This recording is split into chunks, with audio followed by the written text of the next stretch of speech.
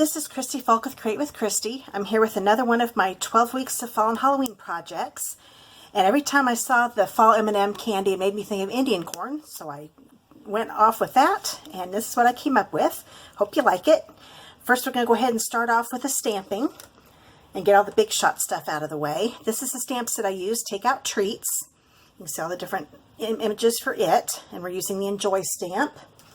And then there's the Takeout Thinlits dies that go with it. This is the box die, and we're just going to use the tag die that comes with the set. Okay, I'm going to take a piece of 2" by 1" piece of Very Vanilla, ink the Enjoy stamp with my Cherry Cobbler ink pad, and stamp it in the middle. And we'll go ahead and put that at the side for right now. Another thing that needs to be used with the big shot. I'm going to bring this in because I'm going to spritz this with water.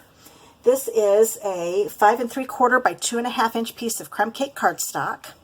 I'm going to take one of my Stampin Spritzers that has some water in it and just spritz it just a little bit. It doesn't have to be spritzed much. And I'm just going to kind of smooth the water out a little bit just to get it all a little even.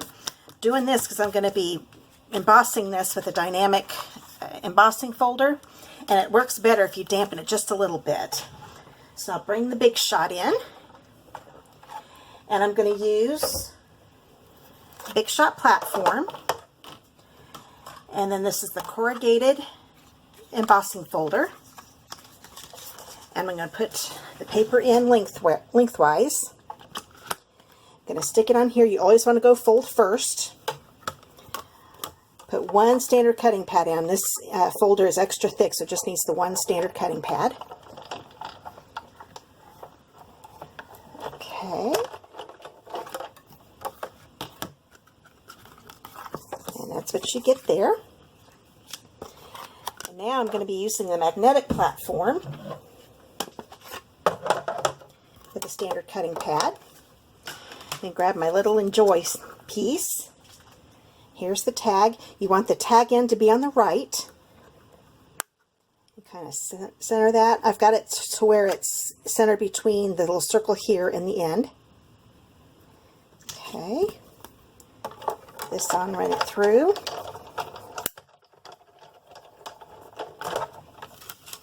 Take that off. Big shot out of the way. And it even die cuts a little hole for the tag. So now I'll bring this back in. I put them over here at the top. Now I've got a 2" by 8" piece Cellophane Bags. I think I've used these a lot. I used these on the first project I did for my 12 weeks of fall and Halloween. What I'm going to do is kind of move some of the M&Ms, and that's as far as you want to fill it up. So you've got all this empty up here. Kind of move the M&Ms over a little bit. And then you're going to kind of squish this end. Take a piece of Baker's Twine. This is about a 6" piece. This is Whisper White. And I'm going to tie it. You want to make sure you tie it really tight. Okay. Once you've got that single knot pretty tight, then you're going to tie another knot to keep it in place. Okay. Now we're going to do the same with the other end. And kind of flatten this out a little bit to make it kind of the shape of the corn. Okay. I know the video's probably, the sound's probably messing up. Every time there's crackling, the audio messes up. Okay, so we get a hold of this. There we go. Probably want to go a little closer than that. There we go. Just kind of move it down there. Okay, got that tight. It is a little hard to hold it tight. Just keep, it doesn't, if it loosens up a little bit, that's okay. That's why I pull it so tight to begin with. Now I can kind of spread those out again. And I'm going to cut the ends off of the twine. And they can be close because you really don't need any tail on these, because these are going to be hidden. This just kind of helps it stay together while you put it together. Okay, now this is extra long, and I don't want it that long, so what I'm going to do, I'm going to lay it down on my crumb cake piece. I'm going to take my paper snips. I'm going to trim this off a little bit. I know this was the end that was closed, but it's okay to trim this off since this is holding it tight. and then kind of cut this one off at the top so it's not sticking out so much. So that'll make so it goes inside. And now I'm going to take 2 6-inch pieces of the 3/16 linen thread. It's the braided one. And because this is all has been dampened, it's more pliable. I'm kind of stretching it out a little bit because I didn't want the corrugated part to be too thick. Just kind of flatten it out. When you lay this down, and kind of wrap it around and hold on to it. And just kind of, you want this kind of squished so it looks more like a corn husk. And it might rip a little bit, but that's okay because it ends up coming back together again. Just pull it tight and tie it in a knot. Okay, now we're going to do the same on this side, but first I'm going to only do a single knot. You'll understand why here in a minute. Kind of squish these together.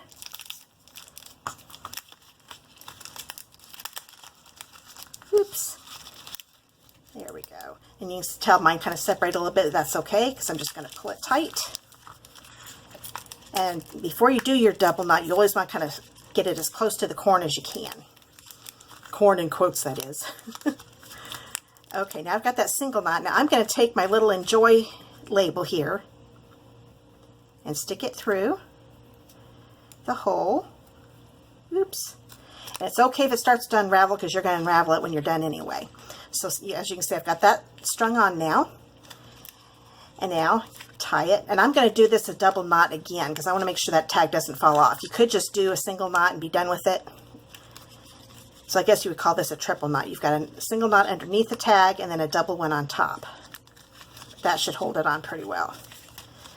So that's pretty much it. But what I did go ahead and trim these so they're about the same size. There's really no need to trim that one since it's already short. And then I wanted it to be frayed. And that's the other thing. I've shown this a lot when I've used this braid. I love how it is so easy to fray. You barely have to do any pulling at all. I thought that kind of made it look more like the husk too if you frayed it. Okay, that's it. See, that was pretty quick. It doesn't take long at all to make these, and I think they're pretty cute. You could use these on your table at Thanksgiving as a little treat for everybody. It's just pretty cute, and teachers, again, can use this. I think of teachers a lot because I've got a 3rd grade teacher as a daughter. So I hope you like this one. I hope you come back again next week. Next week will be a fall project for my 12 weeks of fall and Halloween. We're just about done. I think there are only about 3 more projects left if I'm remembering right. So I'd love for you to come back, and I'm planning on doing more YouTube videos, so if you would like to know when my videos come available to see, you'll want to subscribe to my YouTube channel. And below in my description, I'll have the supply list and the dimensions of the paper that you need, so you can make these for yourself at home. And I also have a Facebook page, an Instagram page, a Pinterest page, and I also have my blog, www.createwithchristy.com, so you can follow me on all those, and all the links are below on that. And of course, you can always order from me and click Shop Now at my createwithchristy.com site. Well, I hope to see you again next week. Have a good week.